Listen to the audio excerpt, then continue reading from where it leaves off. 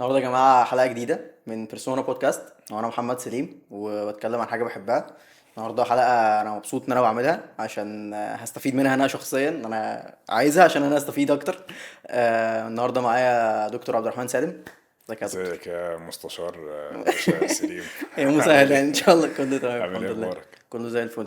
أنا مبسوط إن أنت قاعد معايا النهارده و والله يعني انا اللي مبسوط ان في بودكاست. انا ما كنتش اعرف ان بودكاست جامد قوي كده في اسكندريه موجوده. الحاجات دي كلها مش موجوده في اسكندريه كتير يعني، آه. فلا الشرف لي ان انا ان شاء الله اشارك في السيزون ده منها.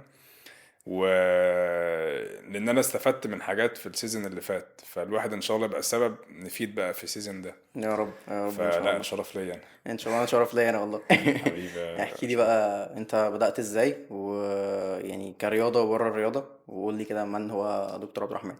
بص انا عبد الرحمن سالم، معروف اكتر على السوشيال ميديا بسالم. مهم. الرياضه بدات الرياضه من عندي 5 سنين. دخلت بقى في النادي بقى اللي هو ايه، في كده استنباط، انت بتخش سباحه ايوه. وجمباز وكوره. تمام، وتفضل تتشقلب بين التلاتة، بعد كده تخش حاجة تانية، دخلت فولي غالبا.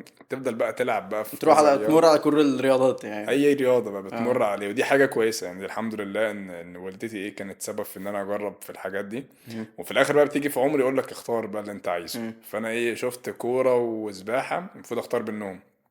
رحت قلت إيه، كورة بقى دي لعبة ناس بقى وفلوس، لا أنا عايز صحة وجسم. وللأسف اخترت القرار الغلط واخترت السباحة، يعني اه. المفروض أختار بس هو الفلوس. يعني قرار غريب قوي على اي طفل، يعني هو ده ما كله يروح للكورة. لا انا قلت بقى افكر وانا بالعقل، بقى ما العقل ما اشتغلش. اه. فاخترت السباحة للأسف. حلو. ف بس هو الخير يعني، الحمد مم. لله. مشيت بقى في السباحة فترة. ما كنتش اشطر حد في السباحة، بس كنت بحاول يعني. فجت كده صدفة، كان قالوا في بطولة اسمها ثنائي كانت تبع الخماسي، مم. دخلت ولقيت نفسي فيها بقى. كملت بقى في الخماسي. الخماسي ده للناس اللي ما تعرفش، هو سباحة وجري ورماية وسلاح شيش وفروسية. مهم. اللي هو جاب احمد الجندي، جاب ايوه. فيه اول في الاولمبيكس اللي وكسر فاتت. رقم قياسي وبتاع. اه اه. ما شاء الله يعني. فهي دي الخماسي. وجبت فيها بطولات جمهورية، وجبت فيها بطولة، او جبت فيها بطولة عالم مرة فردي ومرة اي فرق. ان شاء الله. وبعد كده بقى دخلت بقى في المعضلة بتاعت الثانوية عامة بقى في مم. مصر، انك بتيجي في ثانوية عامة بقى خلاص، جبت درجات التفوق الرياضي، خلاص بتركز بتريح بقى. جسمك بيبوظ، مم. شوف بقى هتكمل في الرياضة ولا لا. فبيطلع من المعضلة دي بيطلع فريقين. الفريق الاولاني منهم اللي هو بيبطل رياضه خالص، مم. وده غالبا 99% من بالظبط. الناس. 1% اللي بيقرر يكمل رياضه. الحمد بيرجع لله تاني. يعني ان ايه، ان ربنا كرمني انا كنت من 1%. الحمد لله. بص هقول لك حاجه بس عشان الحوار ده ما ننساش. اي حاجه هقولها عملتها فهو فضل من ربنا في اول في الاخر. ده كده الواحد كده. ملوش مجهود فيه يعني، والواحد اكيد. بيسعى بس. المهم فعدت ثانويه عامه. انا كنت دفعه كورونا اصلا. مهم.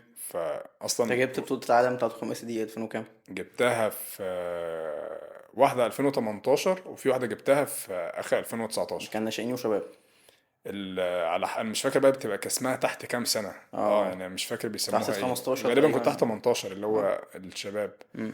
ف ما اعرفش من ناسي المسميات خالص. عادي. كان ليها مسميات كتير فاهم. ايوه. دخلت بقى في ثانوية عامة، ده كنت دفعة كورونا، فأصلا النوادي قفلت. كل حاجة قفلت، الجيمات قفلت، الناس حتى كلها كانت مرة من البيت. مم. بس أنا بس اتشال من عليكم العضوية واتشال من اه عليكم يعني ماشي. انا ثانويه عامه. اه. يعني وانا اصلا كنت ستم، لو الناس تعرفها، اه. اللي هي بيسموها تحت مسمى مدرسه المتفوقين. دي مهم. 3 سنين بتوع الثانوي يعني. ما شاء الله. كانت عليها عامل كبير قوي في بناء شخصيتي وبناء دماغي وبناء اللي جه بعد كده، مم. اللي هي ستام دي يعني. على ذكر هذه الفقرة، حابب أفكر الناس إنه يا جماعة الحلقة دي سبونسرد باي اي ام اس ابيكس فيت، مكان من أقوى الأماكن في اسكندرية في الاي ام اس. لو وقتك ضيق أو زهقت من تمرين الجيم العادي، اي ام اس ابيكس فيت بتوفر لك تمرينة في حدود 20 دقيقة بالظبط، تكون تمرينة كاملة للجسم بمساعدة تحفيز العضلات. فكرة التمرين هو إنه بيستهدف عضلات أكتر في مجهود أقل، وتحت إشراف مدربين متخصصين في كل الرياضات. سواء هدفك إنك تخس أو تتطور في رياضتك، أو لو حتى ما لعبتش رياضة قبل كده وهدفك يكون تكوين جسم صحي، EMS Apex Fit هو المكان الأنسب بالنسبة لك. المهم وانا في ثانويه عامه كنت بشوف بقى فيديوهات. يعني او انا في ستام هناك، دي مدرسه داخلي.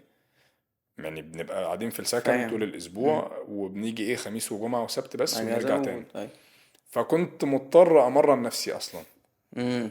يا اما ده باخد اللي تمرينه. اجبرك اصلا تدخل في الحته دي. بالظبط، الكلام ده بدأ معايا من وانا في ثانوي، يعتبر اولى ثانوي. مم. هناك كنت باخد ساعات تمرين من المدربين اللي هنا اللي معايا في اسكندريه. مم. بس بقى خلاص المدربين بتنشغل وانا بعيد، فمحدش معاه الاكسس قوي ليه، بالظبط. فقررت ان انا ايه، ابدا اعتمد على نفسي في حوار التدريب ده. مم. دخلت بقى قعدت اقرا الاول، بدات زي اي حد بدات باليوتيوب. تمام، وشفت ان هو ده اصلا اللي عرفنا على فكره حاجه اسمها اونلاين كوتشز. ايوه. وفهمت ان دي حاجه، دي شغلانه اصلا وناس مم. وبتاع. عالم تاني لوحده. عالم تاني وحبيته. مم. يعني كان في كام مدرب حتى من الموجودين حاليا، هم مبقوش ظاهرين قوي حاليا، بس كانت من ناس معروفة كنت بحبهم جدا يعني. مم. وتعرفت عليهم الحمد لله لما ايه كبرت. في ستيم بقى كان مضطر ان انا لازم امرن نفسي، مم. ومضطر ان انا اتعامل بالامكانيات هناك كان فيها هو جاردن كبير وفي جوان بتاعت كورة، او فانا انت تعامل بقى. اتعامل. وكان في مم. زي اوضه صغيره كده، في كام دمبل، وكان في جيم قريب من المدرسه، ساعات كنت اخد اذن وقت، مم. فانا كنت لازم انا اتعلم بقى ايه. فده اللي خلاك تدخل اصلا في عالم الاونلاين كوتشنج والتدريب والكلام ده. بالظبط. وستم هي اصلا من الحاجه الاساسيه المبنيه عليها البحث العلمي اصلا. ازاي فدي بتخدم على دي. ندور، هو دي اللي فهمتني بقى مم. ان انا ازاي اعرف ادور على معلومه واعمل البحث بتاعي كويس، وايه المعلومه الصح وايه المعلومه الغلط، مم. واقرا ايه ايوه. والطريقه الممنهجه دي كلها. بعد انت كده دلوقتي خلصنا ثانوية عامة. اه حلو. يعني لا يعني فانا بدات امرن نفسي، وبدات بقى في ناس صحابي عجبهم الموضوع يتمرنوا معايا، فدي جت فكره. مم. تحط في دماغي فكره ان انا امرن حد دي اصلا. ان ايوه. انا حابب فكره ان انا بعرف، خلاص انا بعرف الم معلومات، وبدات امرن ناس، واصلا انا خبرتي كاثليت او كرياضي مم. فدي هكذا. مع دي اه جت ثانويه عامه بقى، انا قلت خلاص خلاص انا عايز اخلص ثانويه عامه، وانا كنت مقرر من وانا في ثانويه عامه ان انا عايز اخش كليه طب اسنان. الحمد لله مم. يعني ايه، ربنا وفقني ودخلت. لان انا حبيتها ككليه طبيه، وانا بحب الطب يعني، مم. وان هي اقدر اعرف اعمل معاها حاجه يعني، لو عرفت انظم وقتي مم. اعرف اعمل جنبها حاجه تانية. عكس الطب البشري بيكون من الصعب شويه ان حد ايوه يعرف يعمل فاهم. الاتنين. الحالتين كليتين صعبين. الكليه بتاعتنا يعني الحمد لله غير ادميه اطلاقا، ايوه. ولا نظريا ولا عمليا. كويس انا اتخرجت عشان ما الحمد ترفتش. لله الذي عافانا يعني. فال فقلت بقى حلو، انا عايز ابقى اونلاين كوتش. اول مم. ما ثانويه عامه خلصت من هنا بدات ادور انا ازاي ابقى اونلاين ازاي كوتش. تبقى. اولا طلع ان جسمي كان وحش من ثانويه عامه، عشان قلت انا كورونا، طلع كنت مم. تخين مع اني كنت رياضي يعني. ايوه. بس فدورت بقى ان انا ابقى اونلاين كوتشنج ازاي. مم. اما اونلاين كوتش يعني ابدا اونلاين كوتشنج، لقيت ان انا لازم اعمل حاجه اساسيه او اهم حاجه. كنت. اه كونتنت ده اهم من كونك كمدرب اصلا. ايوه. تمام انا في بقى ناس ما بتفهمش حاجة وبتعمل كونتنت وتمام. موجود. اه. تمام. وعلى فكره الكونتنت كريشن يعني دي حاجه صعبه، مش حاجه صنعة. بالظبط، مم. ومحتاجه موهبه معينه وهكذا. انا بقى بكره التصوير اصلا، انا ما كنتش بتصور صور عاديه يعني. هات مم. موبايل وصورني، مش هتبقى صوره فاشله جدا. ايوه. فانت بتقول لي اعمل فيديوهات، اساسا. اكلم ناس، فاهم يعني كان والكاميرا بيبقى ليها رهبة رهبه. كده في الأول، لو مش متعود عليها بتبقى غلسة في الأول. بالظبط. فانا بقى لقيت ان انا مضطر اعمل ده.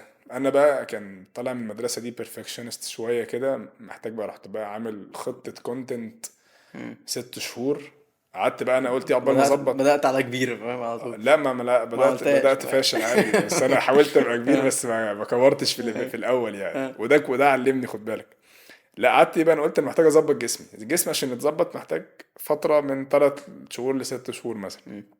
قلت عشان برضو الناس بتاخد بالمظاهر، مم. لازم اعمل جسم كويس عشان الناس تقتنع بالكلام اللي طالع ايه من الشخص ده. مم. ده مش غلط يعني، فعلا انت هو ده لازم منطقي او ده يبان طبيعي، عليك اه انك بالظبط. فاهم انت بتقول ايه. قررت بقى انزل كونتنت. تمام. انا فاكر بقى ان انا بقى بجهز بقى لي 6 شهور او سنه، قعدت غالبا سنه. مم.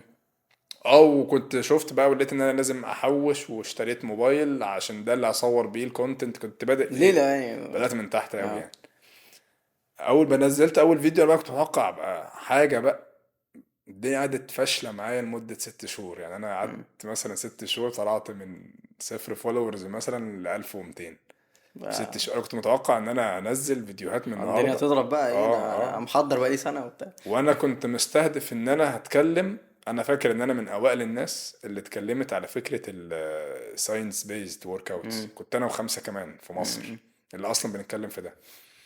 كنا قليلين جدا، وده اللي مساعدني عليه الباك جراوند بتاعتي في بتاعت المدرسة المدرسة. في بالظبط. ستام، وان انا واحد اصلا بعرف ابحث وادور انا حاسك وعندي. انت بتحب تدقق قوي في الحاجة اللي انت بتعملها ده يعني. اللي زودها اكتر الكلية. انا في اه. كليه برضو المجال الطبي بيخليك عندك حته الدكتور دي متك عليها شويه كده. امم.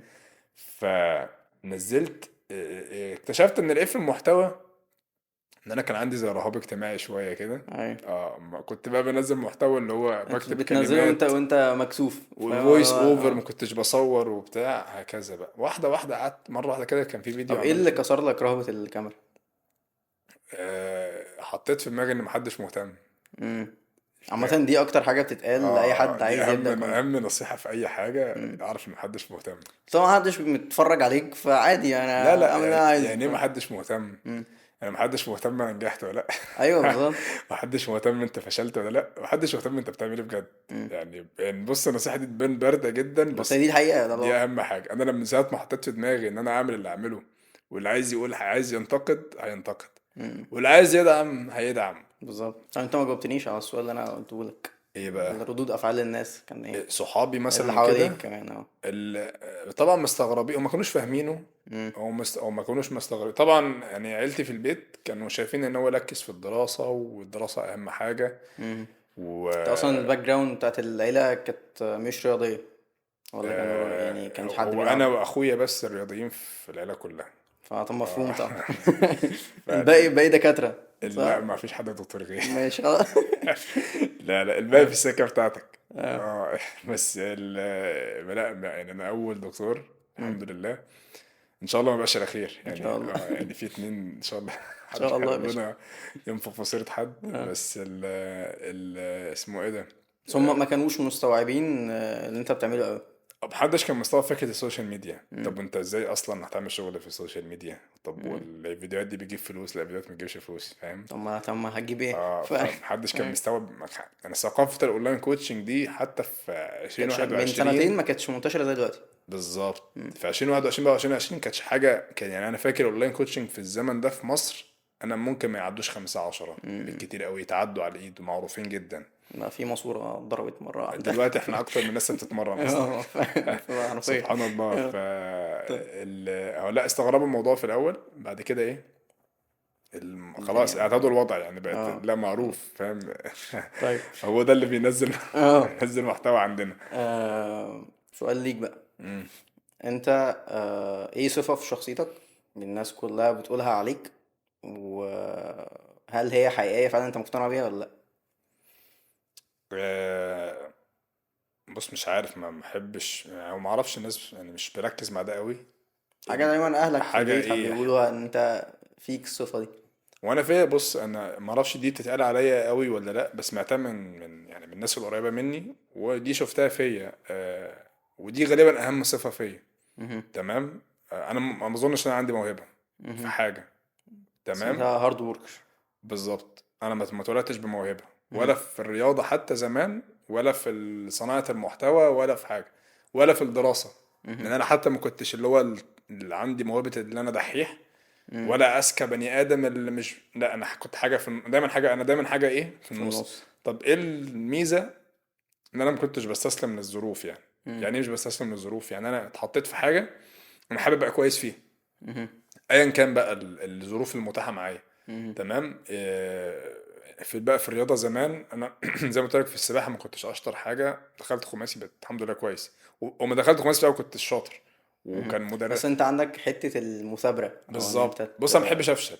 بالظبط. بالظبط، يعني مم. انا يعني لا بفشل، ما بحبش افضل فاشل. بالظبط. هو الفشل مش انك تفشل، ان انت الفشل انك ما تبطل في تحاولش حاجة. تاني. بالظبط.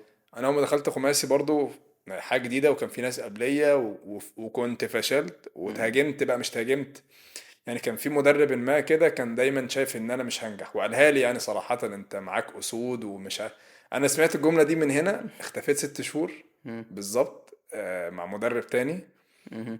رجعت انا فاكر ان كل الناس اللي كانوا بيكسبوا ده محدش كسبني تاني أيوة. اصلا.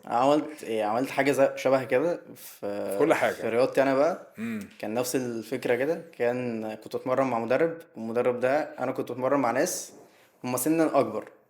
فاحنا أطفال، فالسن الصغير بيفرق في الباور، وبيفرق في حاجات كتير.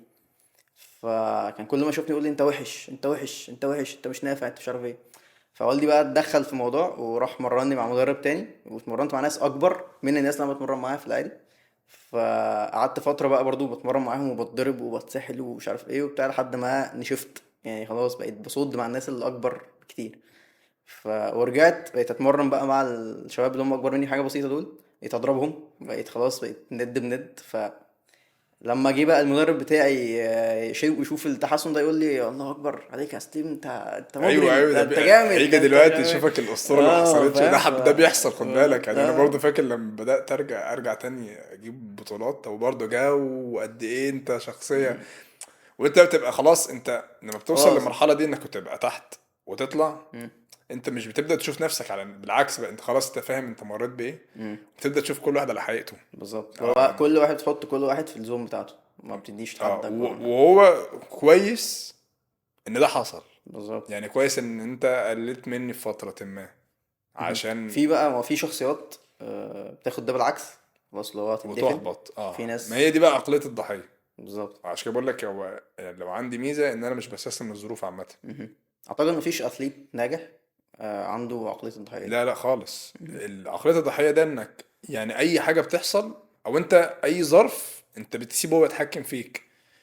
لا انا مش بقول ان مفيش ظروف هو اصلا الظروف اللي بتحصل وحشه، ده اللي لازم يحصل، هو مم. ده الطبيعي. مم. ان مش الطبيعي ان كل حاجه تبقى ماشيه كويس. فانت لازم الظروف اللي بتحصل وحشه دي انت بتتعامل معاها ازاي، مم. وتفضل تفكر وجهة فيها. نظرك للحاجة اللي قدامك هي اللي بالظبط، بتفرق. نظرتك مهم. للحاجه دي، هل انت هتخليها تاثر عليك، ولا خلاص هي حاصله كده كده، والله هتستغلها وتبدا انت لصالحك. بالظبط مهم. تستغلها لصالحك. وده اصلا فادني قدام تاني، مم. ممكن هنبقى نجيله في الحوار. مهم. ده اللي وصلني اللي انا فيه حاليا. اه. حصلت قررت تاني بقى في حته المحتوى بتاعي. مم. فالكونسبت الاساسي، ما تخليش الظروف هي اللي، او البيئه اللي حواليك هي اللي تشكلك، شكلها انت. بالظبط. عبد الرحمن يحب يبقى صاحب عبد الرحمن. ان شاء الله، ايوه الحمد لله. لا يعني انت اهو بس اتقسمت اتنين، انتوا الاتنين تحبوا تبقوا صحاب. اه يعني فيك ال- صفات تحب تبقى في واحد صاحبك معاك دايما. ايوه، وانا الحمد لله اصحابي كويسين يعني. انا مم. ودي اهم حاجه اصلا في الحياه عامه، انك تختار الناس اللي هي تتمنى لك الخير. مهم. يعني دي ميزه، يعني هي زي ما هي فيا هي في اصحابي، عشان كده مهم. احنا اصحاب. يعني مش اي حد وخلاص تقول عليه صاحبي. انا ضد اصلا. انت لو شفت دايرتي، مهم. دايرتي بجد ممكن يبقى بني ادم او اتنين. مهم. اعرف كام واحد؟ اعرف ناس كتير قوي، ممكن اعرف اكتر من 10,000 بني ادم معرفة. ده اللي هو ممكن انزل معاهم عادي ونقعد وبتاع، بس دي مش معنى كده ان مش صداقة. اه اه. دي معارف، ودي اهم شيء في الحياة. اما اللي هتقول على حد صاحبي، دي قليلة. مهم. ولازم فعلا تكون دايرة صغيرة، ما تزيدش. ولازم صاحبك ده يبقى فيه الصفات فعلا اللي زي ما انت قلت، تبقى انت عارف ان هي صفات كويسة، دي الصفات اللي هتساعدك في حاجة. مهم. تساعدك ده اول شيء ان هو يتمنى لك الخير بس. ولما يكون عندك مشكلة ما تلاقيه ايه، واقف جنبك. مهم. والصديق الصالح او الصديق السليم يعني، اللي هو بيشجعك انك تبقى احسن، او مهم. انت تشجعه ان هو يبقى احسن. انا ما يبقاش اتمنى. فيه غل، يعني ما يغلش منك او اللي لا هو لا ما لا لا يغيرش لا او حاجة زي لا كده. لا، ده لو حصل اصلا اللي يعرف يعني اللي يعمل كده، اعرف ان هو لابس قناع يعني ايه، مم. يركنه على جنب على طول، شيله من بالظبط. المنزلة دي. اما الصديق الصالح مفهوم عام، ده اللي انا بقوله، ان الصاحب انت تعرف تشارك معاه مم. نجاحك. ومفهوم اكبر شوية، ان انت يعني تستحي تعمل حاجة غلط معاه يعني او مم. قدامه. ايه اكتر معلومة في الجيم الناس فاهمها غلط؟ اكتر معلومة الناس فاهمها غلط، ان في حاجة اسمها تمرين بالعلم وتمرين من غير علم. مم. يعني ده بالنسبة لي نكتة، مم. مش معلومة. عارف انت، هم مش مستوعبين حاجة. يعني هم مقسمينها تمرين بالعلم ده اللي هو النيو سكول، وتمرين من غير علم ده اللي هو ايه، الاولد سكول. العتالة اه والعلم بقى البتاع. هم بقى مش فاهمين ان الاولد سكول دي بتاعت روني كولمان والناس دي. يعني بص، اللي اخترع، شفت الاجهزه اللي في الجيم كلها، مم. شفت مين البنش بريس، وده اللي اخترع الحاجات دي، دول دكاتره. مم. يعني دي ناس درست بايو ميكانكس واناتومي، وقرروا ان العضله الفلانيه بتشتغل بالطريقه الفلانيه، فهنعمل البنش بريس، حلو. هنعمل الجهاز الفلاني. فهم توصلوا للتمارين اللي كانت بتتعمل في الاولد سكول عن طريق العلم، بس هو ده اللي العلم مم. توصله في في الحقبه دي الفترة من دي. الزمن. طيب العلم بيتطور زي اي حاجه. يعني مثلا في التسعينات ولا الثمانينات كان في عربيات معينه، كان في طرق للبنى معينه، كان في طب معين، بيتطور زي اي حاجه في الحياه بتتطور. مم. وانت بتتطور معاها. يعني انت الناس حاليا بتركب عربيات جديده، ما بتركبش العربيات الايه. فطبيعي ان التمرين يتطور. والعلم اصلا بيتطور ليه؟ بيسهل على الناس الحياه. مم. ده الميزه الاساسيه في كل العلوم دي، انها بتتطور، ان مم. كل فتره بيوصلوا لحاجه. طب احنا في مشكله عايزين نحلها، طب تعالى نعمل حاجه تساعد فتسهل على الناس. مش كده العربيات بتتطور وطرق البنى وكل الحاجات دي. حلو. الناس بقى سابت كل ده وجت في التمرين، قال لك بس هو انا مش هتطور هنا. انا مم. همشي على العلم اللي وصلوا له في الثمانينات ولا التسعينات، وهثبت عليه ومش مم. هقرر ما اتطورش عنك. طب ما هو الدراسات المعمولة والابحاث اللي اتعملت في مجال التدريب، ده علم. ده بيتعمل عشان يسهل عليك ان في حصل تطورات في الاجهزه وفي الطرق مم. وفي العلم، يخليك تسهل على نفسك الطريق. انت عايز تصعبها على نفسك ليه؟ مم. فانا دي الاكتر معلومه يعني بتنرفزني يعني. القديم صح والجديد صح برضه. القديم صح، مم. تمام، بس كان في حاجات مش عارفين يفهموها قوي، مم. فهموها دلوقتي فخلوها اصح. طب هل حلو. القديم غلط؟ القديم مش غلط، بس في الاسهل منه دلوقتي. انت ليه عايز تصعبها على نفسك؟ مم. سهل الدنيا على نفسك. طب ما تركبش بقى عربيه، تركب حصنه. تمام، ما ايوه. قرر يعمل لك عربيه كذا حصان. ايوه. انت رايح ما هتاخد حصان واحد اركب حصان وتروح واحد انت. فهو اه. العلم بيسهل على الناس. لو هنتكلم في حته بقى العلم في بقى ترند بقى طالع بتاعت الحنتفه الزياده في اه. التمارين وبالزاويه التمارين الفلانيه. المحنكة وبتاع. هي مش غلط، اه. بس يعني الاجواء ممكن تستغنى عنها عادي جدا. الجيمات زحمه، مم. ومش هو ده اللي فعلا بس هيطلع لك. انت لو فهمت بس عضلات شغاله ازاي، خلاص الموضوع مفيش حاجه معينه بتوصل لحاجه. مم. بس انا ضد الناس اللي تقول لك انا ما بتمرنش بالعلم. ما بتتمرن بايه؟ الحب. ما فيش حاجه اسمها كده. ما هو اه. اصلا الاجهزه اللي في الجيم ده علم. ده ايوه. مش ما جاتش صدفه. فاهم. فاهم. ازاي من واحد كان عنده ديسك لواحد بيتمرن بشكل منتظم كل يوم تقريبا. بص، الحوار الاصابه. اعتقد دي الكيس بتاعتك يعني. هو ده، دي كانت تيرنينج بوينت يعني في حياتي مم. في كل حاجه. ايه اللي حصل؟ زي ما قلت، انا من اوائل الناس اللي اتكلمت اصلا في التمرين بالعلم، وده كان ده المحتوى بتاعي. مم. وبعد كده الحمد لله بدات اتعرف في 2022، وبدات حاجات عندي تفايرل، وقعدت فتره كبيره الحمد لله معروف. جيت في 2023 جالي اصابه وانا بلعب ديد ليفت. انا مم. بحب الديد ليفت جدا، تمام. ما كنتش بتمرن بوزن عالي، انا بسخن عادي، وسمعت طرقعه في ظهري، حسيت ان في مشكله، كبرت دماغي. رجعت تاني يوم لقيت الدنيا مش تمام، رحت اكشف بقى.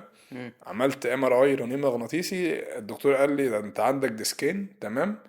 انت هتوقف رياضه. انك مم. تقول لحد بقى اصلا واحد انت بتنزل محتوى للناس وبتمرن ناس واصلا مجنون مهووس بالجيم، تقول له وقف، دي بالنسبه لي كابوس. مم. قلت اكيد الراجل ده مش فاهم وبتاع. فاروح بقى علاج طبيعي شويه، احس ان انا كويس، ارجع اتمرن ابقى وحش. قعدت اعيد في السايكل دي 3 4 مرات، قعدت فيها 3 4 شهور كده، لغايه بقى احبطت طبعا وبطلت انزل محتوى اصلا في مم. الفتره دي، في 2023 دي. قعدت بقى انا ادور مع نفسي بقى، ابقى رجعت بقى للبحث بتاعي بقى، بس في حاجه جديده بقى. مم. هو بقى اصابات الظهر دي. مم.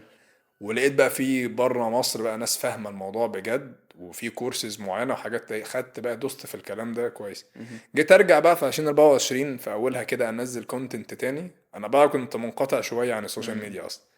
لقيت ان مصر كلها تتكلم على العلم، مم. التمرين بالعلم. انا اصلا كنت مميز، ما بقتش مميز دلوقتي. مم. فالكونتنت بتاعي ما بقاش بيفايرل زي الاول، في ناس كتير بتتكلم عن اللي انا بتكلم فيه. مم. ف... فمره كده نزلت اولا انا زي ما قلت، انا قعدت اخدت دست في موضوع الاصابات شويه، وفعلا قعدت اطبق الموضوع ده بقى على نفسي، مم. وقويت. والحمد لله انا رجعت اقوى من قبل ما اتصاب. يعني انا غالبا يوم ما اتصبت كنت مثلا بدأت ليفت 180 كيلو. انا بعد الاصابه بقيت بدأت ليفت 220 كيلو وانا تمام، مفيش حاجه اصلا. مم.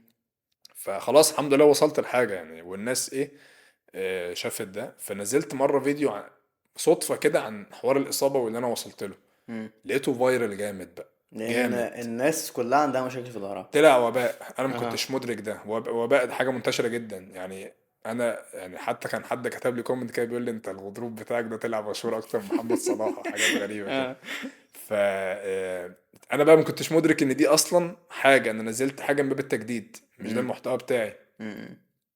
لقيت بقى شايف ان ناس في جاب في الحتة دي. كبيره. انا نفسي ما كانش في جاب. انا اول ما اتصبت قالوا لي ايه اقعد في البيت. مم. طب في ناس كتير قوي بقى قعدت في البيت. قعدت في البيت، وناس كتير قوي بتحاول قعدت في الفيس اللي هي بتحاول وتتوجع وترجع ناس كتير قعدت كده. مم. فبقى كله قاعد يسألني طيب وعملت ايه ومش عارف. قعدت بقى بدأت بقى هنا فكرة الكونتنت بتاع ان انا يستهدف حوار اصابات الظهر. مهم. هو اصلا ازاي الاصابه بتيجي وازاي يتفاداها؟ بص الاصابات عشان تيجي ليها اسباب كتير قوي. انا جالي اصابات كتير فاضي. يعني عشان وقت الحلقه. انا بص انا جالي قطع في عضله الاماميه مم. في الكواد. 4 عضلات عندي، عضله الريكتوس فيمورس فيها قطع كامل، مم. ممكن نبقى نحط صورتها ونحط الاشعه. مم. جالي اصابات الظهر دي، جالي اصابات في الكتفين، جالي اصابات في الكوع، جالي اصابات كتير قوي سبرين انكل. مم.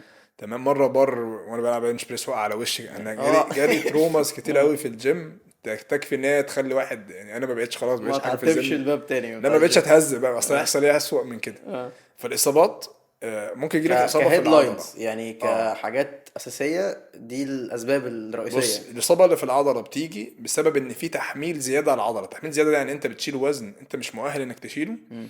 او انت بتشيل وزن مؤهل انك تشيله بس جسمك مش ريكفرد كفايه، انت عامل اوفرلودنج، فبالتالي هو ما بقاش مؤهل انه يشيل وزن خفيف فهيتصاب. ده لو مم. عضلات. مم. مفاصل بيجي الاصابه بسبب حاجتين، ان الناس اصلا مش مدركه ان المفصل ده ليه تقويات لوحده، مم. غير كونك انك بتتمرن ديد ليفت مش معنى كده ان كل مفاصلك قويه. مم. ممكن يكون اصلا ركبتك وضهرك ضعاف انت وانت ممكن تكون بتشيل اصلا 200 كيلو. بتحمل على مفاصلك مش على العضلات. بالظبط، بسبب ان في عضلات دائمه للمفاصل مثلا زي الكتف، في عضلات اللي هي بتاعت الروتيتور كف. تمام. 4 عضلات مهمين محدش بيمرنهم، فبالتالي الناس كلها بتتصاب في مفصل الكتف مم. مع اسباب تانية طبعا. تمام. فالعضلات الدائمه اصلا دي ضعيفه عشان الناس مش فاهمه ان هي المفروض تتمرن. السبب التاني ان العضلات دي بتتمرن تمام، بس انت مش مؤهل جسمك ان هو يتمرن في مدى معين، مم. مأهله يتمرن على حاجات ثابته. فلما تيجي تتمرن في المدى ده او تتحرك في المدى ده حتى لو ب2 كيلو غالبا هتتصاب، وده اللي بيحصل لاغلب الناس. مم. فودي اسباب الاصابات، يا تحميل زايد، يا اما عدم اهتمام بتقويات للمفصل، يا اما المفصل ده اصلا مش بيتحرك كفايه في المدى اللي المفروض يتحرك فيه مم. تحت تحت فدي وزن. الحاجات الرئيسيه يعني دي العناوين الرئيسيه لاغلب الاصابات. تحتها بقى بيندرج حاجات كتير بقى، حاجات تفاصيل كتير كتير قوي. قوي. والحته بتاعت ان المفصل مش بيتمرن المفصل نفسه، العضلات الداعمه ليه مش الناس مش بتستهدفها، وحوار ان مفيش مرونات كافيه في المفاصل تحت حمل، هو دي الحاجتين ال 99% من الناس اللي بتروح الجيم ما بتعملهاش. مم. عشان كده 99% من الناس اللي بتروح الجيم مهتمين بالشكل والعضلات بس، وناسين الهدف الاساسي من التمرين. اللي مم. هو ايه الهدف الاساسي من التمرين؟ انك تمارس حياتك اليوميه بشكل صحي. مهم. على ذكر هذه الفقرة الإصابات وبتاع، حابب أفكر الناس إنه يا جماعة الحلقة دي سبونسرد باي اي ام اس ابيكس فيت، اسكندرية سموحة. لو حابين تاخدوا تمرينة فرنج نص ساعة تلت ساعة بالكتير قوي، لو حابين تعملوا ريكفري، اي ام اس ابيكس هتكون الأماكن المناسبة ليكم. او تبعت لي دي ام اونلاين كوتشنج وابعت لك التفاصيل كلها بعد ما تروح لهم. بالمرة بقى في النص كده. هم هيعلنوا عني بعتهم عليا تاني. كلها بقى في السريع كده. الحوار ده، فده اللي انا اصلا بدات استهدفه في الكونتنت، ان الموضوع مش عضلات بس. الحمد لله انا عملت العضلات والناس كلها شافت ده فيا، واتمرنت بالعلم وعملت كل حاجه، واتمرنت تمارين اللي هي زي الديد ليفت. في نفس الوقت بقى بقول للناس ان في كونسبت اسمه انك تمرينك ده يساعدك في يومك. هو ده اللي انت هتطلع بيه من التمرين. فرحتي بعضلاتك دي كلها تيجي توطي ما تعرفش تطلع. طب مش هو ده الهدف. عندي سؤال بقى في الحتة دي كمان. الناس مش مدركة قد ايه خطورة القعاد لفترات طويلة. يعني شايف القعده اللي احنا قاعدينها دي سبب في 80% من الاصابات اللي ليها اه. علاقه بالظهر السفلي والحوض وهكذا. اللي بيحصل في القعده ايه؟ اولا الجسم ما اتخلقش اصلا ان هو يقعد كتير، ما اتخلقش ان هو ده القعده دي كمان. مم. حتى لو الناس اللي بتروح مثلا الحتت اللي فيها زي البدو والقرى العربيه اللي بتاعت الاكل البدوي وهكذا، هتلاقي القعده على الارض. تمام. الانسان اصلا ما اتخلقش ان هو يبقى قاعد. مم. الحوض بتاعه مع رجله عامله ال 90 درجه دي. ده بيعمل ايه؟ تمام. بيخلي العضلات بتاعه الجلوتس تترخى، وبيعمل تنشن في عضلات تانية اللي هي فلكسرز عشان هي متنيه وبترخى. كل بقى الليله دي بتعمل الاذى بتاع الظهر السفلي. تمام. وبتضعف عضلات الجلوتس وبتضعف عضلات في الكور. مم. ده يخليك دايما عن الناس عندها مشاكل الظهر السفلي المزمنة دي، الوجع مم. المزمن اللي مش بيفارق الناس كلها. فده اخطر حاجة، المفروض انت ما تقعدش اكتر من تلت ساعة اصلا. مم. عايز تقعد، عارف انت لو جيت يعني انا عشان كده حتى في ستاندنج ديسكس الناس شغاله بيها واقفه، ده صح صحي اكتر من القعده كتير. مم. اقعد على الارض مربع، اقعد، ده مش غلط. ليه؟ انك هنا بقى انت محرك المفصل الحوض بتاعك. مم. اقعد في وضع السكوات، مفيش مشكله. انا حتى في ساعات اروح جاي ايه قاعد على الارض تمام عادي ومكمل شغل، ورايا شغل كتير، ورايا حاجه عايز اقرا حاجه. القعدات دي صحيه اكتر من القعده على الكرسي نفسه. الموضوع مم. في البوزيشن بتاع الكرسي ده. مم. فلازم تقوم منه، تعمل استرتشات، تعمل حاجات معينه، يعني ترجع انا تاني. اقعد اخري تلت ساعة اقعد وابدأ اتحرك، بعد كده ارجع اكمل قعد تاني. اه عشان ظهرك السفلي وظهرك العلوي ورقبتك وكتفك وكله. مم. ان القعده دي حتى كده انت لو قاعد كده ممكن تلاقي الناس كتفها متنشن، وصعب انك تعوده ان هو يبقى مرخي كتفه. ان انا بس عشان متعود على الموضوع فعارف ايه مم. فاكر الموضوع وعارف افكر وده فيه. بيلينك كمان مع الكور بقى او كل الكور حاجه، ماسلز. بس كل حاجه في جسمي متوصله ببعض. مم. وبتبدا اصلا من الجهاز العصبي. مم. يعني فكره القعود دي بقى تبقى انت مركز في الشغل، فاصلا جهازك العصبي مشدود فشدد عضلاتك، مهم. فمش تبقى طب قاعد انا مستريح. القعده دلوقتي، القعده بوظت لي الكور بتاعي، امم فازاي ابني كور كويس؟ ازاي تبني كور كويس؟ بص، عشان تبني اي حاجه كده كده او تعمل وظيفه لاي حاجه، تفهم الحاجه دي اصلا بتعمل ايه. مم. تمام. وايه الكور ده اصلا؟ الكور جاي من اسم اي حاجه، الكور بتاع الحاجه اللي هو المنتصف او الوسط بتاعها او قلبها او ايا كان. فهو الجسم متقسم جزء علوي وجزء سفلي، وفي الكور. الجزء العلوي ده مليء بالعضلات والعظم. يعني مم. بص كده هنا، عظم عظم عظم عظم، القفص الصدري والفقرات الظهر. بص تحت عظم وعظم سميك كمان. مم. طب الجزء اللي في النص بقى بتاع الجسم ده، عايزين نحط صورة هنا وهنا اي ماشي. حاجة بقى. عبارة عن ايه؟ عبارة عن العمود الفقري بتاع الفقرات القطنية، مم. تمام، بس مم. متهوي حواليه، عبارة عن حوالين عضلات بس. فقط. مم. تمام. فدي اكتر منطقة في الجسم العضلات فيها لازم تبقى فعلا قوية، لان مم. هي اقل منطقة فيها عظم. مم. فما فيش حاجات بتسبورت عشان كده يحصل اصابات كتير لو العضلات دي انت مش مهتم بيها صح. مم. تمام. وفي جزء منها بقى العضلات اللي موصله بين فوق وتحت. ما هو مم. احنا قلنا في جزء علوي، جزء في بقى اللي موصل بينهم قدام مم. وورا في الجناب. مم. هو ده كور كبير، ده مش حاجه بسيطه تتقال. ليلة تمام. كبيرة أوي سعادتك، أعرف. ليله ماشي. كبيره جدا اه. بجد. اه فتفهم بقى كل يعني في بقى عضلات من قدام بتتني جسمك لقدام، في عضلات مم. بترجع جسمك لورا، عضلات بتتني للجنب يمين وشمال، أبنيه تخليه إزاي؟ يلف. يعني إزاي أبني كل حركة ستراكشر؟ من دول في تمارين هتبقى زي تمارين الفتنس العادية. يعني مثلا زي البايسبس بتعمل كيرل، تمام، بتعمل الالبو فليكشن. فانت في البطن مثلا هتلاقي عندك عضلة الهيب فليكسر دي مثلا، هي بتعمل اللي اسمه ايه ده استنى، الهيب فليكشن، اسمها هيب فليكسر، بتعمل هيب فليكشن. هكذا هتلاقي عندك الجلوتس مثلا، وهتلاقي عندك الاكستنسرز ورا، دول بيعملوا اكستنشن يعني يفرد. كل عضله من دي ليها موشن زي البايسبس والتراي، انت بتتمرن عليها فتعملها تمارين لوحدها. تمام. واتطورت مع الوقت هتدخل بقى تمارين استابيليتي، ان ثبات عن طريق الكور. تمام. دي هو بقى في فرق بيبقى بين الكور ستابيليتي والكور سترينث؟ كور سترينكس. ده زي ما قلنا انت ممكن تخلي تعمل مثلا تمرين قطنيه ب 100 كيلو. تمام. هل تعرف تثبت على وضع قطنية 100 كيلو؟ تمام. طب هل تعرف وانت واقف مكانك تبقى شايل وزن بتقيل في الجسم بإيد واحدة وإيد تانية فيهاش وزن من غير ما جسمك يحصل له إصابة؟ هو ده الاستابيليتي. هل وانت بتعمل موفمنت معينة ما فيهاش ثبات، الكور بتاعك ده هيتأثر وجسمك هيفضل ثابت مكانه ولا هيتهز؟ هو ده الاستابيليتي. السترينكس ده حاجة ستاتيك، اه. والاتنين بيكملوا بعض، ان ده مم. لازم تعمل ده ولازم تعمل ده، وده ليه تمارين وده ليه طب تمارين. ازاي ادخلهم في الجدول التمرين بتاعي؟ في البداية الناس تدخلهم كتمارين منفصلة. يعني زي ما الناس مثلا بتخلص تمرين وتعمل تمارين بطن، هتعمل تمارين للكور بالشكل ده. ومع الوقت كل ما الليفل تقدم يدخل التمارين اللي هي كومباوند شوية فيها حركات. مم. تمام. يعني مثلا تمرين الووكينج لانجز اصلا بالدمبلز يعتبر تمرين يعني بيشتغل على الكور كويس جدا، مم. لو انت محافظ ان جسمك ما يملش او هكذا. الكور ستابيليتي. بالظبط. فتمارين كتير قوي بتخدم من ناحيتين يعني. حزام الظهر بيسبورت ولا بيضعف الظهر؟ بص، حزام الظهر ده يعني اكتر حاجة غريبة انا شفتها الناس تعمل معاها في الجيم. الناس فاهمها غلط. حزام مم. الظهر ده يعني بص، طب ليه اخترعوه؟ مم. يعني الحزام الظهر في كونسبت في التمرين اسمه بريسنج.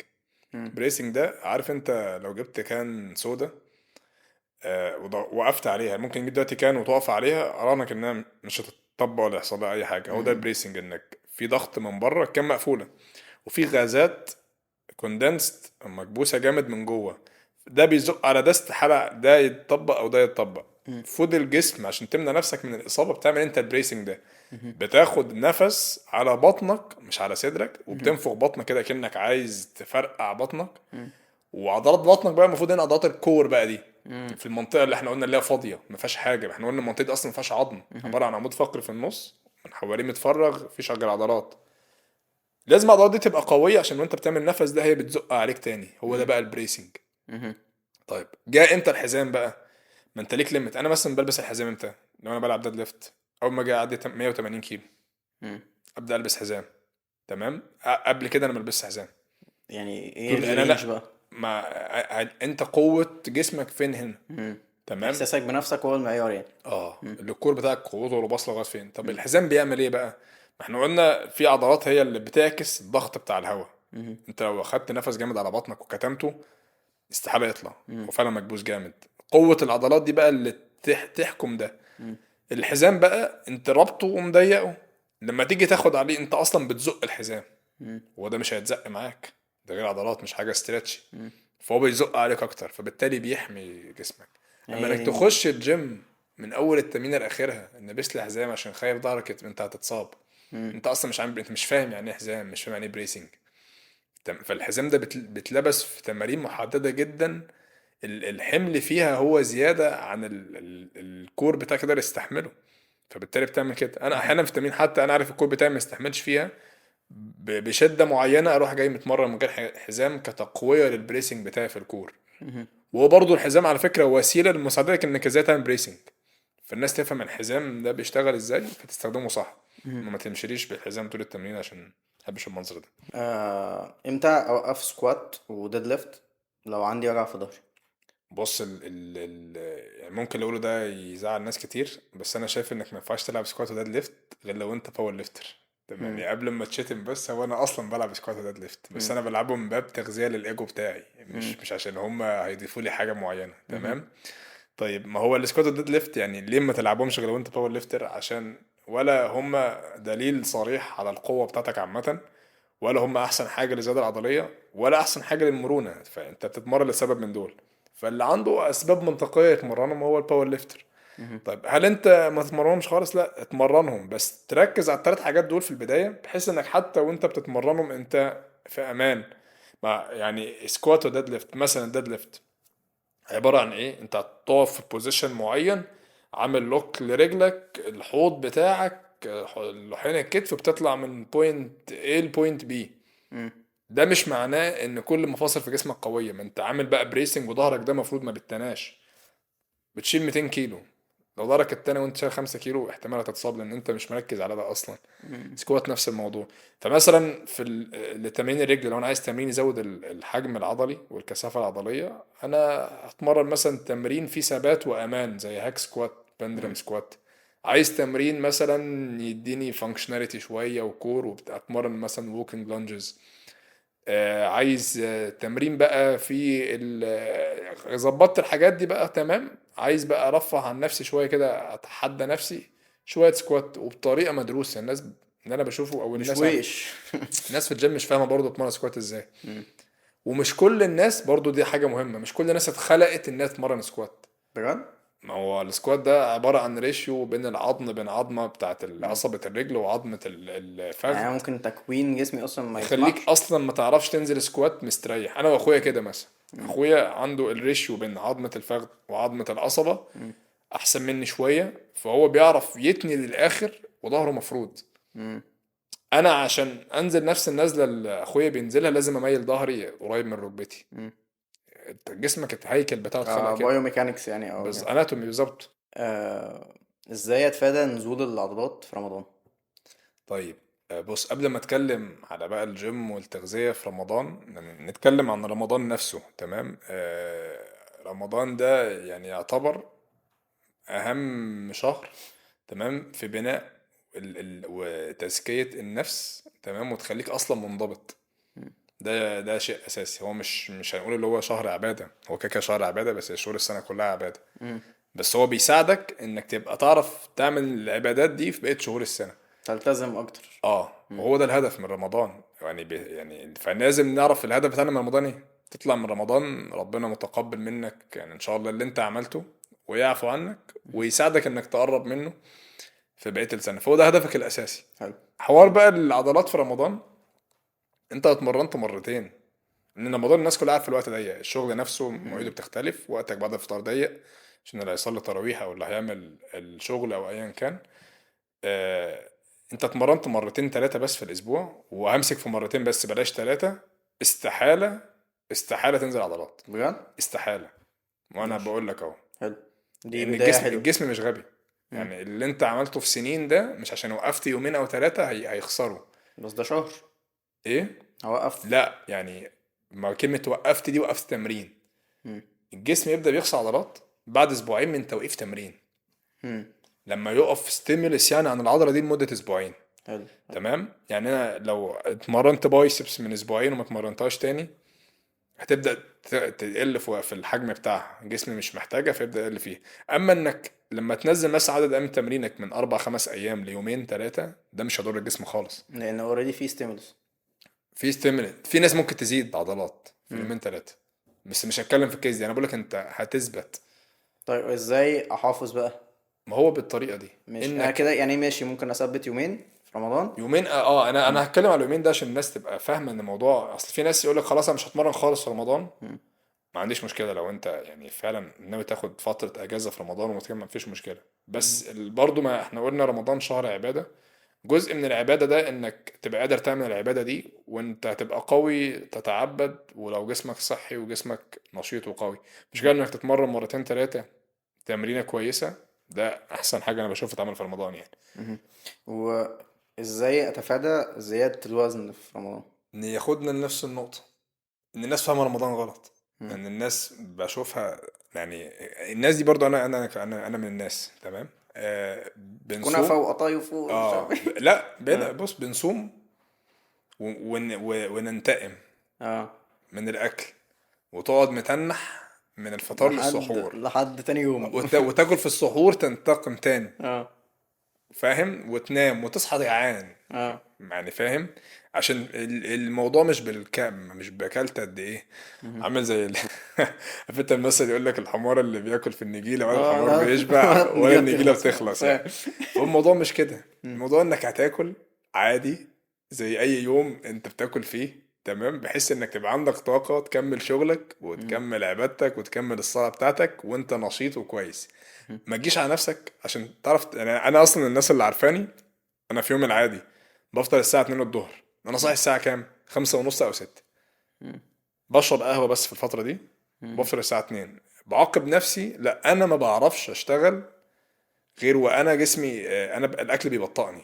مم. ما هو الاكل اللي انا كده لما باكل جسمي بياخد وقت في بيهمد شوية. وما ده طبيعي. الانسولين بيطلع شويه كده، بينزل شويه وهكذا. فانا مم. بحب اركز جدا. فهو ده الصح اصلا يعني على فكره. قله الاكل تحسن وظائف الجسم. مم.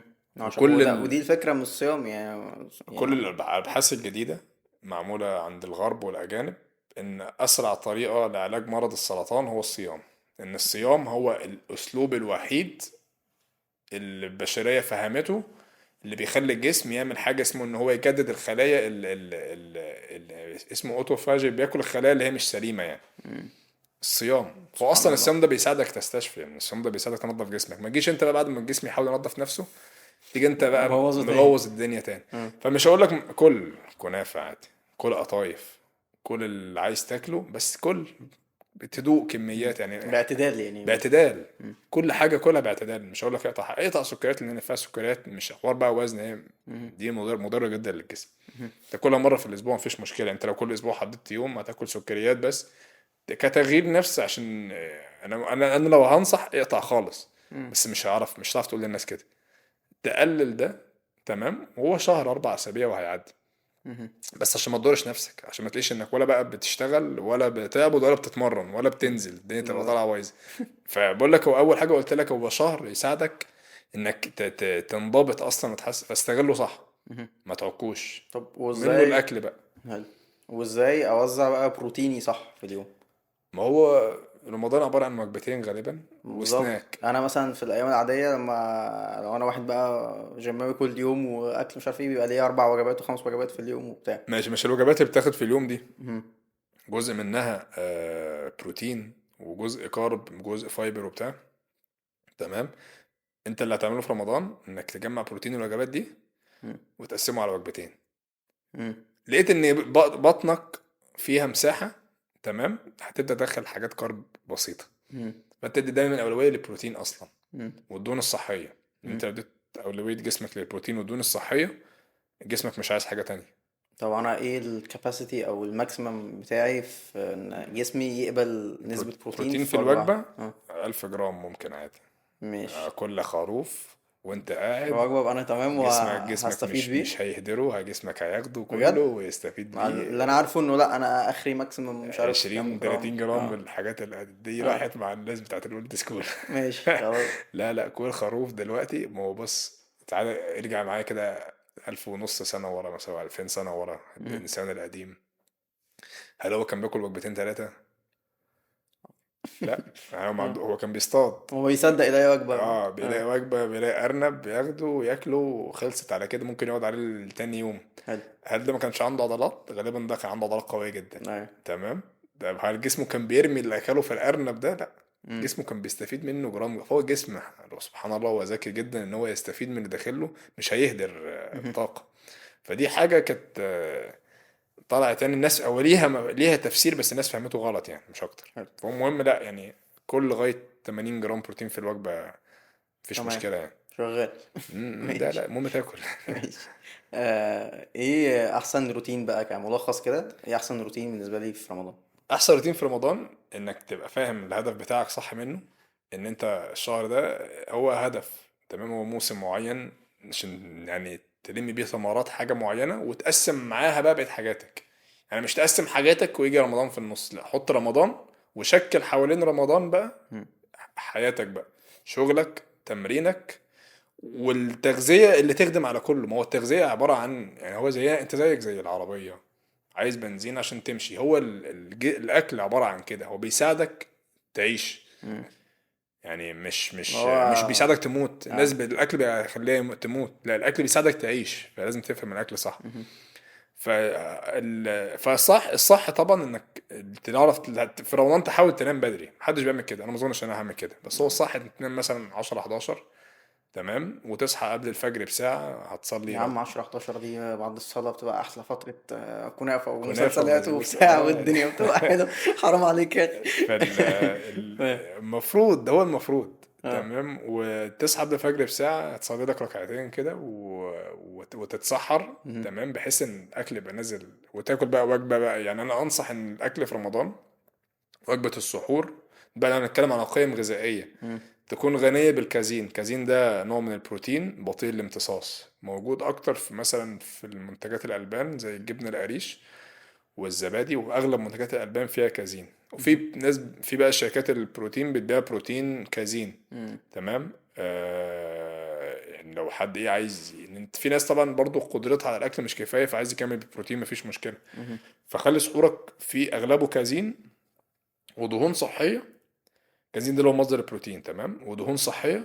الدهون الصحيه بتبطئ الامتصاص برضو، والكربوهيدرات برضو تبقى كربوهيدرات بطيئه الامتصاص. مم. على فكره التمر بطيء الامتصاص مم. جدا يعني.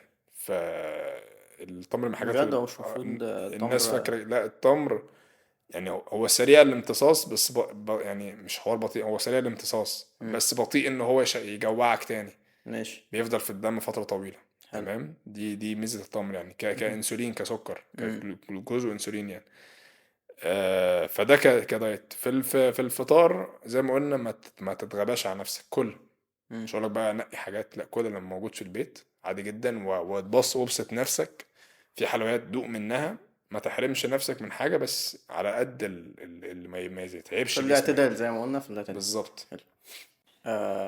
امتى اقول ان انا وصلت للناتشرال ليميت بتاعي؟ بص، مفيش من وجهة نظري مفيش حاجة اسمها ليميت لأغلب الحاجات، تمام؟ هي كل حاجة ليها جراف عارف انت الجراف اللي انت بتبقى طالع كده كده الطلوع بيقل بيقل بيقل، هو حتى الجسم نفس الموضوع. انت في البداية بيسموه حتى النيوبي جينز، نيوبي جينز اول ما دخلت الجيم اول شهرين هتعمل عضلات جامده جدا. مم. بعد كده تبدا عضلاتك دي زيادتها بتقل.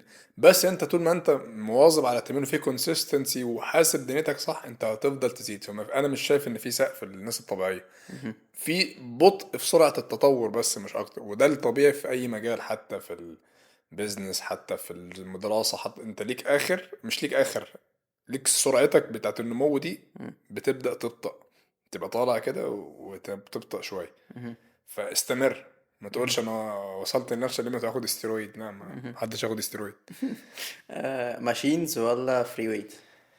ماشي. الديبيت ده مش في محله الصح. وانت في اه، النص كمان قلت ان انت محدش فاكس ديد ليفتس وسكوات لو وبتاع. انت مش بتلعب باور ليفتنج، مم. بس هو مش كل الفري ويتس مم. اللي تبقى باور ليفتنج. في البنش بريس والحاجات دي مثلا مم. او مش هقول بنش بريس يعني، بس ماشينز ولا فري ويتس دي زي ما اقول لك ان الفهد اسرع ولا الزرافه اطول، نفس مم. المقارنه. فكره انت هدفك ايه؟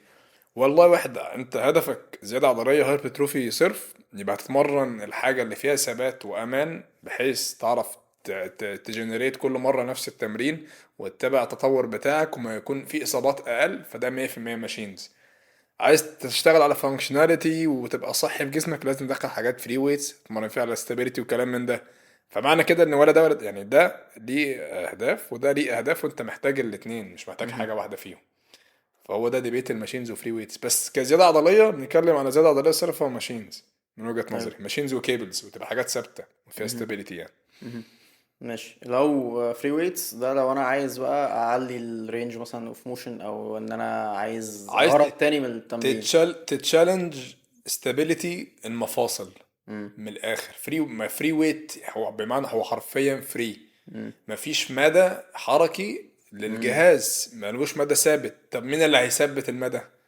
انا شغال دلوقتي بنش بريس، الجهاز هو طالع ونازل في مدى. مم. دلوقتي انت بدمبل، ايه اللي هيثبت هنا بقى تيجي هنا دور بقى مفصل كتفك ومفصل كوعك والريست بتاعك داخلين بقى في المعادلة يثبتوا اللي الجهاز كان بيثبته. مم. فهنا انت بتتشالنج المفاصل وده مطلوب. مم. ما ينفعش تعتمد على حاجة واحدة زي ما قلت، لازم تنوع بين الحاجتين. آه وسط كل المعلومات المغلوطة السوشيال ميديا، ازاي اميز المعلومة الصح؟ بانك تفتح دماغك انك تستقبل معلومات، يعني مم. تبقى اوبن مايندد للمعلومه. ما تسمعش معلومه النهارده واقف عليها وانا وصلت. لو في وقت ادركت انك معاك المعلومه اعرف انك كده ايه، مهم. معكش حاجه اصلا. فاسمع المعلومات واسمع كل الاراء، مفيش مشكله، واعمل العقل هنا. لقيت ان في حاجه متنافيه مع العقل او الباك جراوند بتاعتك، ما ترفضهاش، خش دور فيها. مم. يعني العلم جميل انك تتعلم، خش دور فيها. والله لقيت ان كلامهم صح، كويس، اتضاف لك معلومه وهتتعلم انك اتضاف لك جديد. لقيت كلامهم غلط، قفلت بقى الباب ده.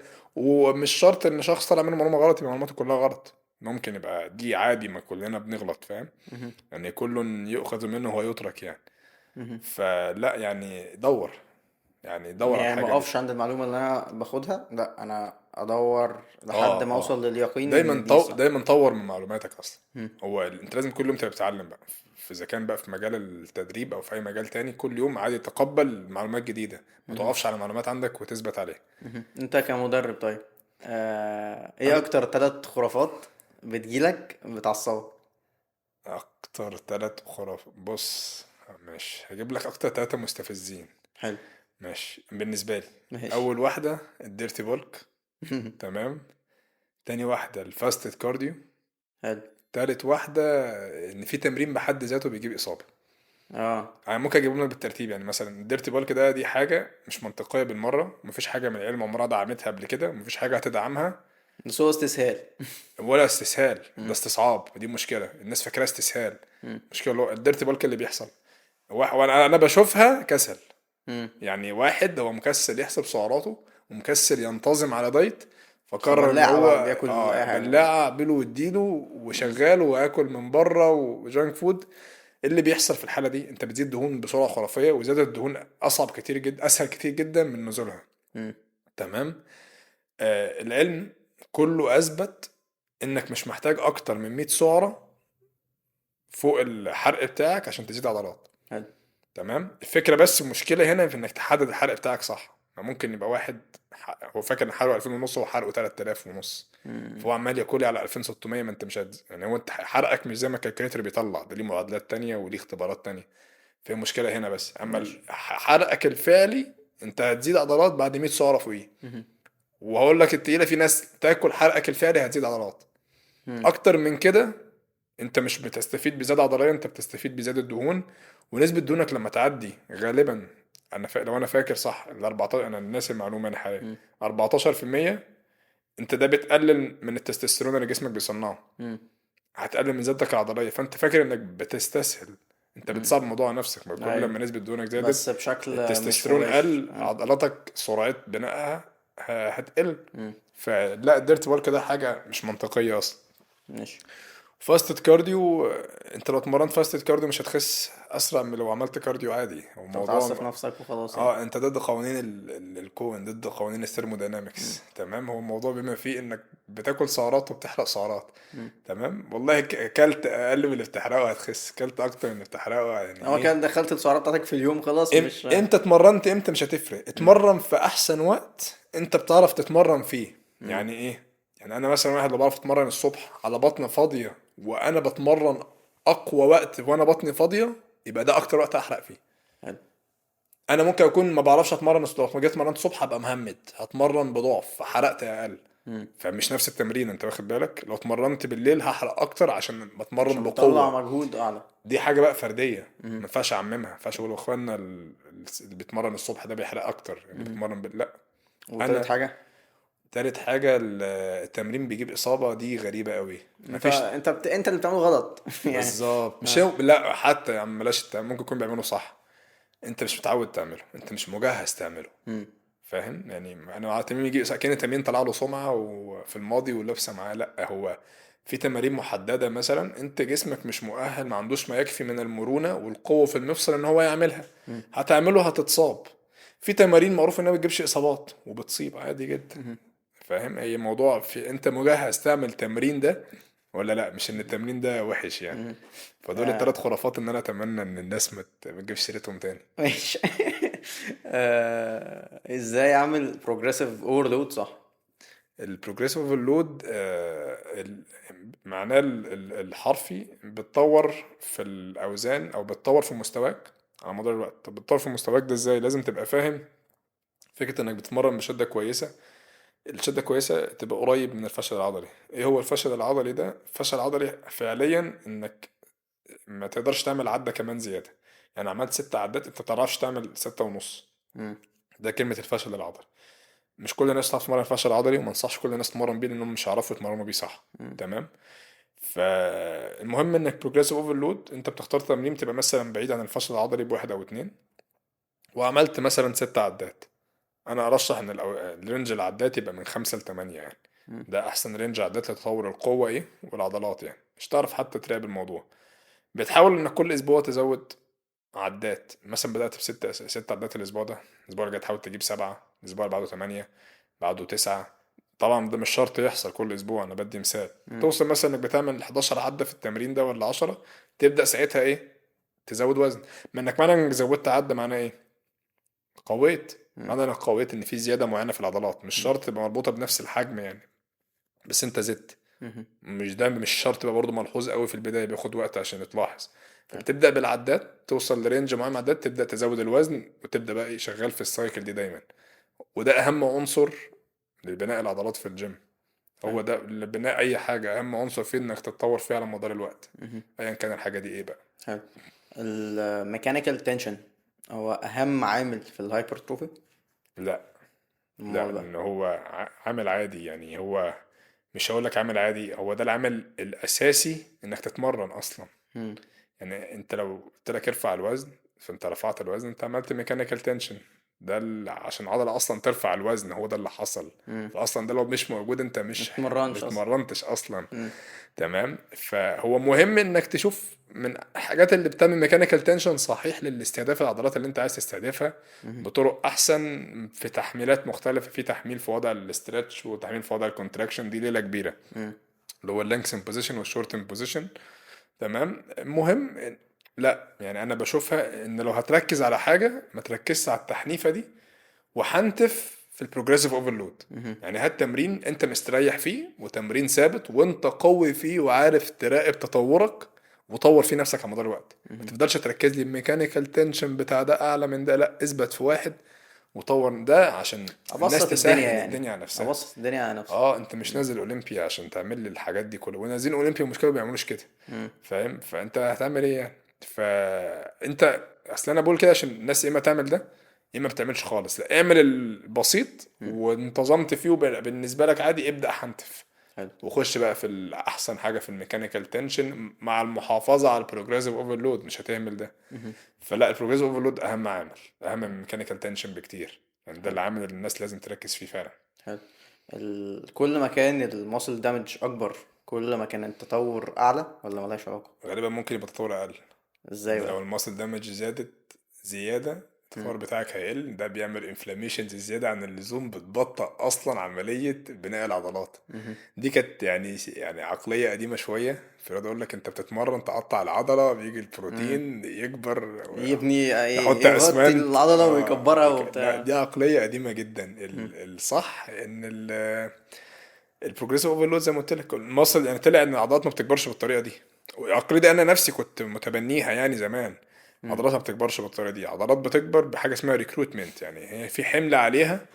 انت حطيت حمل زي ما قلت في اول الموضوع، الجسم ذكي، الجسم بيعرف يأدابت اصلا، هو ده نظريه التطور، الايفولوشن. يعني مش مم. ان الانسان جاي من قرد، لا يعني تطور الانسان ايوه. في الحياه دايما ان هو بيتأقلم على الوضع اللي عليه ويمشي عليه. فالجسم نفس الحوار، انت رحت النهارده عملت تمرين الفلاني ووصلت قريب من الفشل العضلي، الجسم شاف ان انت غالبا حطه في وضع خطر، ما هو بيعافر. مم. فبالتالي مع التغذية السليمة بتاعه هو يعمل ريكروتمنت ان هو لازم يطلع الياف عضلية اكتر، فبحيث ان عارف انك هتحطه في نفس الوضع ده تاني يبقى اقوى. مم. الجسم دايما بيفكر ان هو ازاي يعيش، مش انه ازاي يعني يتضر، لا هو مم. عايز يعيش. عشان كده بقول لك انت لو تتمرن مرة كل 4 أيام، نتمرن مرة واحدة في الأسبوع ولا مرتين، أنت استحالة عضلاتك تخس. ليه؟ حصل الجسم الاستيميليشن اوريدي. في ستيمولس على الجسم، الجسم عارف إنك هتكرر ده عليه، هو مش عايز يخسر ده دلوقتي. مم. يبدأ يخسره لما تبقى أنت مبطل فترة، فعارف إن ده ملوش لازمة حاليا، فأنا أولى.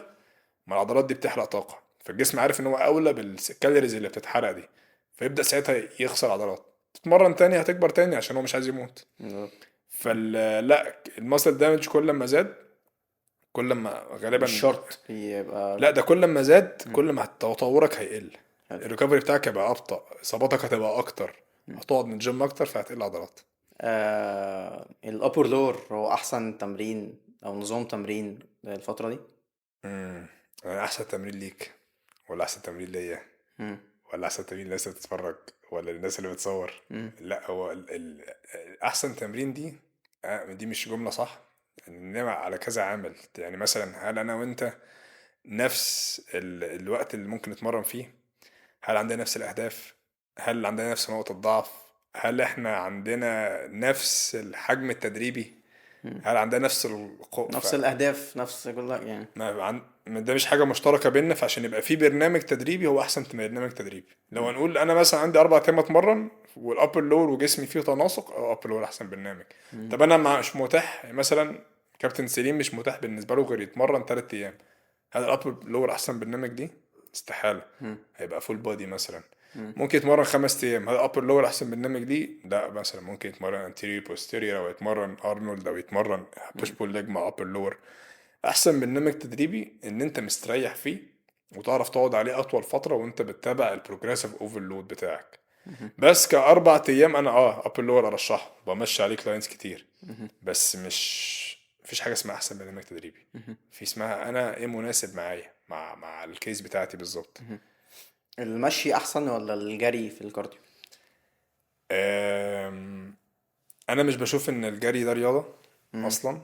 يعني انا كنت بتمرن جري اصلا بس انا مش بشوف ان الانسان اتخلق ان هو يجري مسافات طويله. النية مش كان بيصطادوا وبتاع. كان بيعمل ايه بقى في الصيد؟ كان مم. بيجري ماراثون ولا كان بيجري سبرنت؟ سبرنت. بالظبط، الانسان اتخلق يعمل سبرنتات، مم. او اتخلق يمشي مسافات طويله او مم. يتسلق. مم.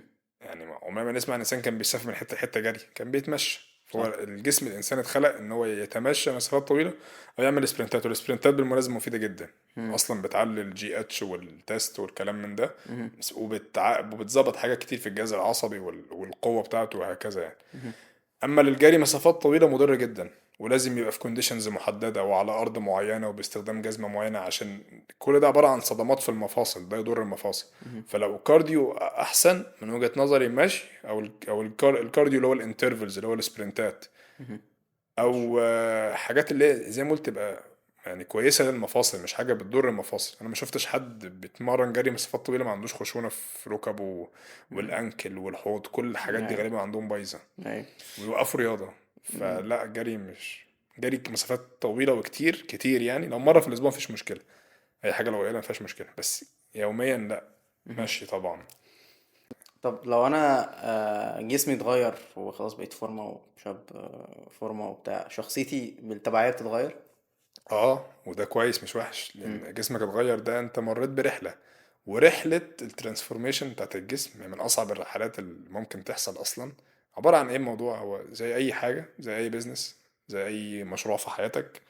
تمام، أنت لازم تعمل حاجة نتيجتها مش هتبان دلوقتي، اصلا نتيجتها هتبان بعيد جدا. تمام، ولازم تعملها يوميا بنفس المجهود، وانت مش شايف النتيجة يوم بعد يوم. اصلا مم. انت بتعمل حاجة كل يوم الفترة دي عشان تشوف نتيجة كمان 5 6 شهور. مم. تمام، وبتعمل الحاجة دي كل يوم ومفيش الموتيفيشن الكفاية ومفيش الحافز الكفاية انك تفضل تكملها وبتفضل تعملها. مم. وهتتقبل انك بتفشل وهيجيلك اصابة وهتقع، ويبقى عندك العقلية انك ترجع تاني وتكمل وتتقبل النقد وتتقبل. ماشي، بس ده الجانب الإيجابي. اه في جانب سلبي بقى اللي هو بشوفه، اللي هو الناس بتستمد قيمتها من إنها عاملة فورمة. لا ده فاهم؟ اللي ده هو أنا عامل فورمة فأنا مسموح لي أتكلم في أي حاجة. لا بص، لا. حوار تستمد قيمتك من جسمك ده مش منطقي اصلا. مم. ليه؟ يعني إيه كلمة قيمة؟ القيمة شيء لا يسلب. يعني مم. مثلا لما اكلمك اقول لك الذهب ليه قيمة، مم. دهب معروف هو ده يعتبر هي العملة الأساسية في العالم. مم. تمام، مش الفلوس مش الورق كده، هو الذهب. مم. فده استحالة مهما الناس عملت أو مهما طبعوا من فلوس يسلبوا قيمة الذهب. فالقيمة هي حاجة مش بتسلب، الجسم ده بيسلب. ابني عضلات وابني قوة، هيجيلك دور برد أسبوعين بتحديدا كل عضلاتك وقوتك دول راحوا معاك. اما قيمة الانسان في اولا في اخلاقه وفي مساعدته ومساندته للناس اللي حواليه، في تواجده في مم. المجتمع بشكل ايجابي. هي دي قيمتك الحقيقية. مم. قيمتك مش بالجسم، قيمتك مش بالشكل، مش بالمظهر عامة. يعني اي حد عامل فورمه ما اسمعلوش، يعني مش معناه لا ان هو مش دليل على النجاح ودليل على ان انا اجمد واحد في الدنيا لا، هو وبتاع مش دليل على النجاح، مم. بس هو يعني هو نجح في حاجة. بص يعني ما في ينفعش حاجه اه. مش في كل لا ما حاجه. نجحش في كل حاجة. اه. بس في حاجة ان اغلب الناس اللي بتعمل اللي كان عندها هدف معين لجسمها وصلت له، هو بقول لك هو عارف يبني العقلية مهم. بتاعت معادلة بتاعت ان هو في حاجة عنده هدف هيعرف يصبر عليه ويوصل له. فده لو حطيته في مجالات تانية هيعرف ينجح فيها، مم. لو استخدم نفس الاسلوب اللي عمله في بناء جسمه. بس انا بتكلم على وجهه نظري انا امم للشخص ده، ما تبقاش مبنيه او ما سلمش بكلامه عشان هو على مجرد حسب عامل بيتكلم فورمه. فيه، والله لو بيتكلم في الجسم او العضلات اسمع منه عادي. لو طب ما هو بيتكلم ممكن يكون عامل العضلات دي بمساعده مدرب هو ما فهمش حاجه. خلاص يعني. فاهم قصدي؟ نرجع له في الحته دي. بس اه. فكره ان واحد، انا بقى ضد فكره ان واحد هو نفسه عامل جسم وشايف ان قيمته في جسمه. مم. يعني حتى في القرآن ولا تمشي في الأرض مرحا إنك لن تخرق الأرض ولن تبلغ الجبال طولا. مم. تمام، فهتعمل إيه بجسمك؟ مش تعمل حاجة. والله بجد أنا بقول لك دور برد هيرقدك في البيت. هيقعدك. أنا كل الإصابات اللي مريت بيها حسستني بده، إن أنا جسمي ده ملوش قيمة أصلا. انت في ثانيه. أنت بتقعد. مم. إيه اللي ليه قيمة؟ أخلاقك ودماغك وعقلك وروحك، إن الحاجات دي الحاجات اللي بتكمل مع الناس. مم. الجسم ده والناس تتعود على شكلك والكلام ده كله حاجات كده. ال- المقارنات اللي على السوشيال ميديا بتدمر الناس نفسيا. جدا. مم. طبعا يعني المقارنات في اي حاجه، مش سوشيال ميديا، مقارنات في الحياه. ما هو ده اصلا مشكله الجيل ده. مم. الجيل ده مفيش حاجه بتسعده عشان هو دايما بيقارن. مم. عشان دايما في حد اعلى مني فانا مش هو مش مبسوط. اعلى منك ولا حاجه مم. يعني. انا ممكن اروح دلوقتي اي مكان، تمام، ممكن ما اخشش المكان اصلا عادي، ممكن امسك موبايل واصور وانزل ستوري، انت شفت صوره المكان، انت بالظبط. افتكرت ان انت بتشوف اللي انا بوريهولك. مم. بالظبط. فالسوشيال ميديا اصلا مكان مضر جدا، مهم. انا ما بحبهاش. والله وانا وانا. اصلا يعني معروف عني ان انا حتى مش بتابع حد. مم. يعني كل الناس اللي اعمل لهم فولو انا غالبا مش بشوفه بينزلوا ايه. مم. انا يعني بفتح، ممكن بنزل البوست اللي عايز انزله اللي ليه علاقة بشغلي، وانا اصلا محتوى بيفيد الناس يعني. مم. فانا مع الوقت بدات اجنب نفسي من السوشيال ميديا. مم. يعني انا اصلا لو فتحت موبايل دلوقتي هتلاقي السكرين تايم بتاعي مثلا على تيك توك 9 دقايق في الاسبوع.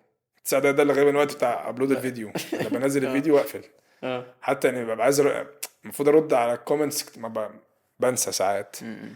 فلا الناس تبدا تفهم السوشيال ميديا صح، يعني تبدا تتابع يعني لو حد كمان انت مثلا. مساعدك في ده ان انت حياتك مش فاضية، يعني انت ما شاء ما الله هو ده في شغل الصح. وفي كذا، ما فده هو مساعد لازم يعني. تشغل انت مم. لو ما مليتش وقتك هتهلك. بالظبط. اه في اي حاجه بقى. مهم. الكلام ده بقى الكبير صغير، ولد بنت، انت لو مليتش وقتك في اليوم حاجه تانية هتضيعك. بالظبط. بالظبط. يعني نفس فكره السوشيال ميديا. ولو لقيت حاجه بتضايقك في السوشيال ميديا، ما هو موضوع سهل، انفولو. بالظبط. يعني مثلا واحد مثلا ايه عامل دايت، ما تعملش فولو الصفحات اكل. الفود ريفيوز. فاهم؟ واحد مش عارف حاليا معهوش فلوس يجيب عربية، ما تعملش فولو الصفحات عربية عشان ما لو ده تستهلكش بيضايق. نفسيا على الفاضي يعني. بالظبط. اه. اه يعني نظف عينك، اي. ابدأ نظف نفسيتك اي. شوية من الكلام ده، هيساعدك يعني. مهم. ليه مجتمع توكسيك. دي حقيقة. واللي عايز ينزل حاجة بينزل، واللي عايز يقول حاجة اللي عايز يقول بيقولها، حاجة بيقولها واللي عايز يشتم هيشتم، وكله ورا اه. شاشة محدش شايف حد. بالظبط. فلا ما انت لو حياتك فيلم، هيبقى نوعه ايه واسمه ايه؟ معرفش والله يعني، مش فكر في ايه، اكشن، دراما، اجتماعي، كوميدي؟ مش اكشن يعني، ما اعرفش بيصنف في تبع افلام ايه، بس عارف انت افلام قصص الصعود. حلو. اه يعني ما اعرفش ده بيصنف تحت تبع كريد انهي. وروكي والحاجات دي كده. مش بتابع افلام قوي. ماشي. اه انا عارف انت قصص العالمي، عارف فيلم الصعود. العالمي يوسف لا لا الشريف؟ لا لا اه. بجد ما عنديش وقت والله اشوف افلام. ماشي حلو. بس بس هي قصة صعود يعني، حلو. فاهم زي ما قلت لك، هي مش موهبة ومش عنتلة بقى امم. ولا لا هو توفيق امم. من ربنا وسعي، والواحد بيحاول هتسميه ايه طيب؟ سالم. هو ماشي. فيلمي. ماشي. زي ما سميت صفحتي كده. ايوه صح. لو عملت عادة ان شاء الله لا ما اعرفش اسميها سالم ولا لا. سالم بقى، لا لا خلاص بقى سميتها ما اشوف، ما ممكن الناس هتيجي عليه تبقى يجوا بس اعملهم خصم. ماشي خلاص، ناخدها وعد منك ان في شاء الحلقة الله. دي. ماشي ماشي، ليهم ديسكاونت كود باسم سليم ماشي 10. يا خبر ابيض، ماشي زي الفل. وممكن بسليم 10 تاخد ديسكاونت هو كود انا عايز اما اجي ابقى اخد على برضو. الاونلاين كوتشنج برضه. انا عايز، ماشي زي الفل. لو ايه الآية او الكود اللي انت بتعمل بيها او مبدأ بتمشي بيه دايما؟ مم. هي آية بقى. تمام.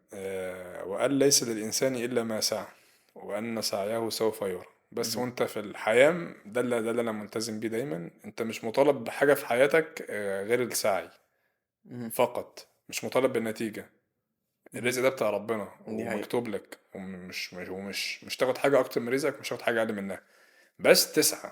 انت مهم. اتخلقت عشان تسعى. واتقالت صراحة، وقال ليس للإنسان إلا ما سعى، مفيش حاجة تاني. مهم. مش إلا ما سعى والنتيجة، بس ده إلا ما سعى فقط يعني. مهم. جاء بقى رزقك ده زي ما انت متوقع الحمد لله، جاء اكتر الحمد الحمد لله لله. تاني، ما جاش الحمد هيجيلك لله برضه. لا خدت انت، مش انت محتسب هذه النية، مم. اتكتبت لك بقى في ميزان حسناتك، وده مكمل معاك. مم. ده مش هيروح منك. فدي حتى في مقولة يقول لك ان المسلم مش بيخسر. مم. حتى لو هو خسر هو ما خسرش ليه، ان هو محتسب العمل ده ربنا، فهو مكتوب له كده كده في ميزانه يعني، مش بيروح منه. فهو السعي يعني، هي دي الآية مهم. انت بتعمل بيها دايما في يعني. دماغي، مهم. دايما بفكر بيها نفسي. ايه الكومفورت زون بتاعتك بره عن التمرين؟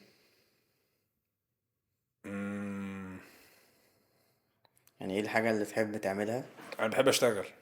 وبره عن الشغل؟ حاجة تبقى بتفسي فيها دماغك كده بتتبسط. القرآن. ما شاء الله. اه القرآن يعني. مهم. ده ممكن يكون اهم من الاتنين تمرين اكيد طبعا. لا لا يعني ده اكتر حاجة بحب اعملها الحمد لله يعني. مهم. يعني كل زي ما انت قلت في ربنا، بس هو ده الحاجة غذاء الروح. ما كنت في اربع انواع للغذاء: في غذاء الروح، في غذاء القلب، في غذاء الجسد نفسه. تمام العقل. اه فغذاء الروح هو القرآن. مهم. تمام، ده اللي هتعرف تغذي بيه روحك نفسها، وتبقى هو ده البيربس اصلا من الحياة اللي احنا عايشين فيها. مهم. والعقل القراءة والاطلاع اللي القرآن برضو بيغذيه، مهم. مع بقى علوم تانية عادة متفتح كل العلوم. والجسد عندك التمرين بقى مع الايه، مع التغذية. مهم. تعرف تنميها بالحياة. انت لازم ده حياتك تكون فيها التلات انواع دول، التلات فروع دول. مهم. بتعمل التلات حاجات دول، ما اظنش ان حضرتك انك مش دايما هتوصل للي انت عايز توصل له لو انت مهتم بالتلاتة دول. حاجة من دول وقعت، انا متأكد 100% ان انت ان العمل اللي وقع حاجة من دول في حاجة عنده هتبقى ناقصة. مهما وصل، مهم. وصلت الجسم جامد جدا وفورمة، ما عندكش العقل والروح كاملين، انت فاضي، حرفيا بالظبط. فاضي. وصلت الجسم جامد جدا وعقل، ما عندكش روحك مش متغذية صح، وهتوصل لنجاحات كتير قوي بقى، بس دايما هتحس انك مش سعيد، تحس ان في حاجة ناقصة. مهم. ده يكمل بقى بحوار بقى غذاء الروح ده. مهم. انت وصلت للكلام ده كله بتاع، بس انت دايما انت مبسوط، دايما راضي، دايما مفيش حاجة تقدر تضايقك بالاسلوب اللي كان ممكن يضايقك بيه قبل كده. مهم. الكلام ده انا مش أنا زي ما قلت في الاول خالص، هو عبارة عن توفيق من الله. ربنا ليا، هو مش ايوه. شطارة مش حاجة. ستر، ايوه ستر بفكر على الله. نفسي قبل افكر، مهم. يعني ممكن عشان اتفرج على نفسي تاني ايوه. واعمله، فاهم. بس مش اكتر. قبل آخر سؤال، عايز أفكر الناس إن الحلقة سبونسرد باي اي ام اس ابيكس فيت، والسبونسر حابين يدوك هدية، فدي هدية منهم. يا رب تكون ماشي، تعجبك. جميل. اعملوا الايبكس فبفتحها فيت فل. فولو. تمام.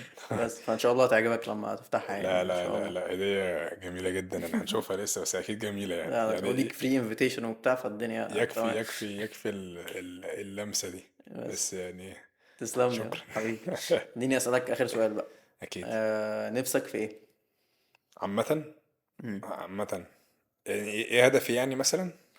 نفسك تحقق ايه، او نفسك ايه يحصل، او نفسك توصل لايه؟ يعني ايه اكتر حاجة انت نفسك فيها الفترة دي من حياتك يعني؟ والله هو اللي نفسي فيه حاليا هو ده كان نفسي فيه من البداية.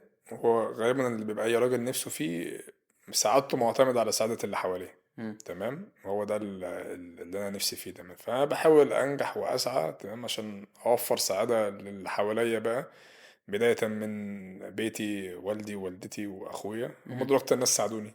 تمام، توفر بقى حياة أحسن هكذا، وبقى مرورا بقى إن شاء الله الزوجة في المستقبل ان شاء الله والأولاد. منمر على حد شكلك. لا لا لسه يعني، ماشي. أتمنى الناس تدعي لي في رمضان. ان شاء الله.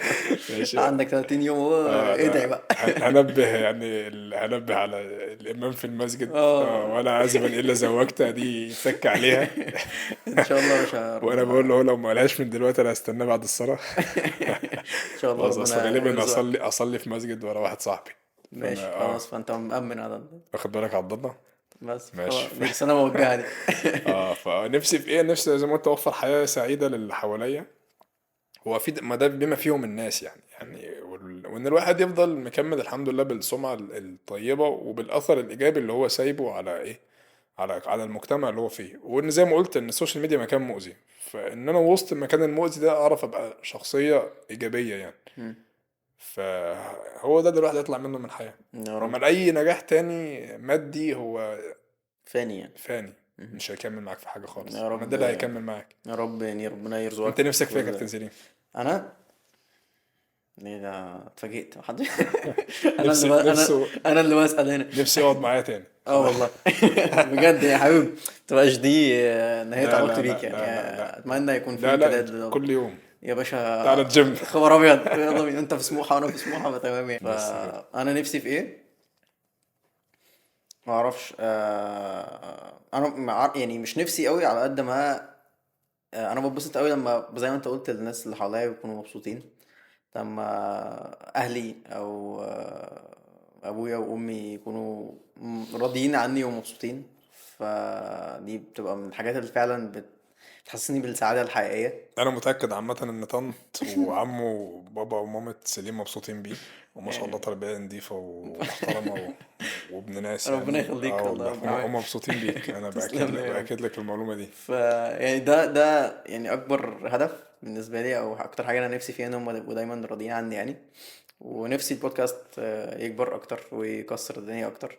لا لا، بص، آه، حقيقي فعلا انت الحلو فيها انك فعلا الابيسودز بتواجه مشاكل، بتتكلم على مشاكل واجهت ناس، فاهم؟ مم، مش بودكاست بقى شو اوف مم، وعربية اللامبورجيني وده يعني. فعلا انت بتتكلم في فئة الناس، في ناس عندها شوية مشاكل، انت بتواجه ده. مهم. اتمنى ان بجد الحلقه دي تكون مفيده للناس، وانا عن ذات نفسي انا مبسوط استفدت. جدا ان هي جت في توبيك يعني فعلا هو زي هو شائع جدا عند الناس من كل بقى اللي اتكلمنا فيه. مبسوط جدا ان هي جت في رمضان، مهم. وان شاء الله ربنا يعني يستخدمنا وينفع بينا، تبقى ده بشرة حلوة يا رب ليها ان شاء الله. والفائدة تعم اكتر في الموضوع ده. يا رب. وان شاء الله يتكرر تاني، يا رب ان يعني شاء السيزون الله ان الجاي شاء ولا الله. حاجة، او تختم بيه سيزون تاني بقى ان على شاء حسب الله. انا فين. فبس الحلقه خلصت يا جماعه. مبسوط بيها جدا. اتمنى تكونوا انتوا كمان استفدتوا واتبسطتوا، وان شاء الله اشوفكم على حلقه جديده بقى. سلام. السلام عليكم.